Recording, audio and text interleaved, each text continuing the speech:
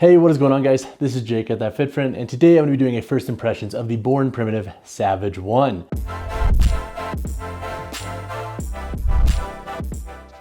So I have been dying to test these shoes out. They finally came in. I'm also training around a strained quad tendon, so my training has been a little bit unique and tailored to that lately, but it's finally starting to feel better, and I got a good session in these shoes, nice full body session. So 5 first impressions that I have with this model is number 1, I think if you're going into this shoe and you're wondering what it's most like, I feel like this shoe is very similar to like a Reebok Nano 2.0. So if you liked that model, I think you will enjoy this shoe. It almost gives me a very similar feel regarding the midsole and how wide the toe box is in comparison to that model. So if you are going into the Savage 1 and you're like, okay, what's it gonna fit like? What's it gonna perform like?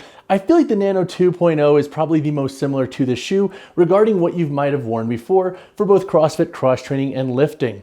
My second first impression with this shoe is I like how well rounded it is. So the shoe has a lot of like really consistent construction features regarding giving you stability, giving you some versatility. So you have a 4mm drop, you have a pretty high density EVA foam midsole. So it's this dual density midsole that is designed to give you more pliability and flexibility up here in the forefoot, but then be a little bit more stable through the midfoot and heel and through the forefoot as well regarding how it compresses when you are lifting. So from a stability standpoint, the midsole has done a good job. I also like this rubber outsole regarding the traction it gave and just how versatile it feels in the context of more like explosive or athletic focused training sessions. For jump rope, for box jumps, for lateral jumps, the shoe has felt pretty good, and I've liked how it felt when I was lifting heavier weight. My third first impression with this shoe is I like the overall fit of the model. So this mesh and knit upper I think hugs the foot really well, has a decent level of breathability. I also like how wide the forefoot is for giving you more room for toe splay. But what I will say is something I noticed with this shoe, and I'm curious if other folks have noticed this as well, is with this tongue, so it's gusseted, but we have like the synthetic and mesh material up here towards the middle part of the tongue and the top. What I noticed is when I first put the shoe on, this material was kind of folding and like digging into the top of my foot.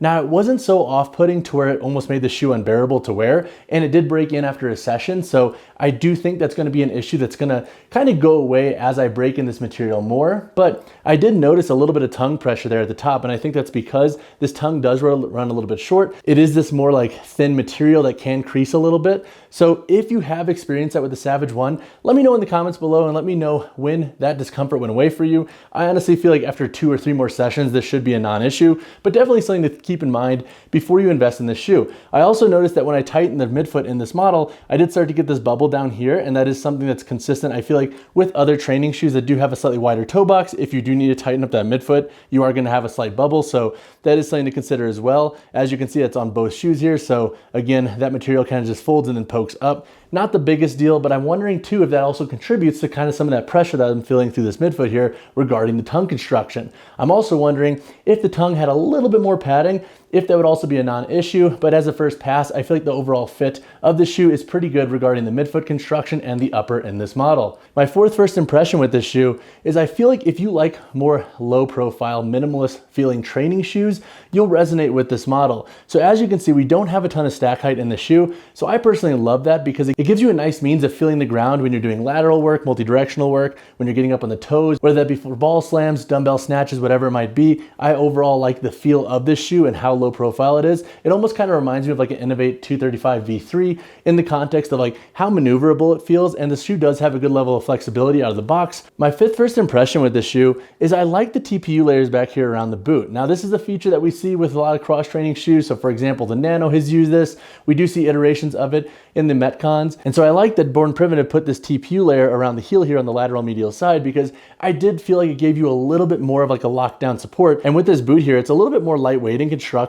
I feel like that helps add to the stability of the boot and locking you down. I also like that we have a TPU layer around the toe box that also bleeds into this lateral side, because I think if that wasn't there, I think you would spill over with this mesh. So that was a nice strategic move on Born Primitive's part with the designing the shoe. So that said, I do think there are some cool construction features in this model that Born Primitive spent some time thinking about when they built this shoe. Again, I do think it feels very similar to a Nano 2.0, and there are elements of it that kind of bleed into other training shoes, which I like. I think if you like more low profile, more minimalist feeling shoes, you're going to resonate resonate with this model. And now let's talk about sizing really fast before I take this video out. I think most folks should be safe going true to size in this model. I went with a 10. I traditionally wear 10 in most of my training shoes, and I felt like I had a perfect amount of room at the toe box. Now, Born Primitive does say if you're in between sizes, go up a half size. That's probably a safe call for most folks. And then regarding width, I do think you'll have enough width if you have like an E width, even double E width foot width. So that is a nice thing because we are starting to see more wide training shoes on the market. So Born Primitive, thank you for not making a first pass of your shoe super narrow. We appreciate it. Overall though, I will have a full review up on this model in the next couple of weeks. Again, I'm rehabbing my quad tendon, so hopefully I can start getting some more heavy leg sessions in the near future. It's feeling better, but we're not 100% yet. But if you have questions on this model in the meantime, definitely drop a comment down below or reach out to me on Instagram. I know a lot of you have already done that on Instagram, so I will hit you back with my thoughts and this video once it goes live. But that said, guys, if you do decide to buy this shoe before the full review goes live, I do have a link down below. Check that out. But as always, y'all, drop a like on the video, drop subscribe to the channel. I will see you in the next one. Hit me if you have questions in the meantime.